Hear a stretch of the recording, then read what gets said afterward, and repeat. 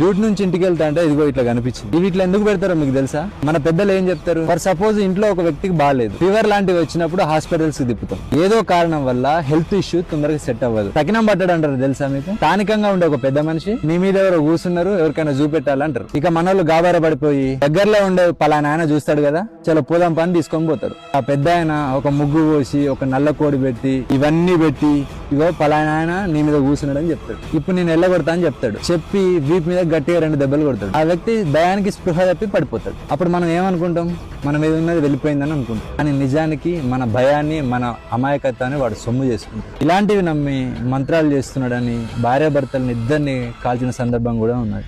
వీటిని ముట్టుకుంటే నిజంగా ఏమన్నా అవుతుందా? ఇది కొబ్బరికాయ, ఇందులో హెల్దీ ఫ్యాట్స్ ఉంటాయి, ఫైబర్ ఉంటుంది, డైజెషన్ కూడా మంచిది,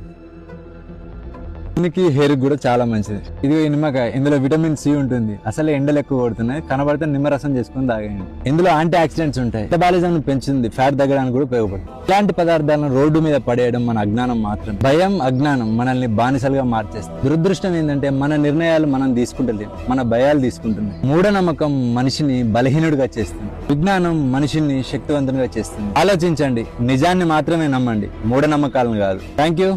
జై హింద్.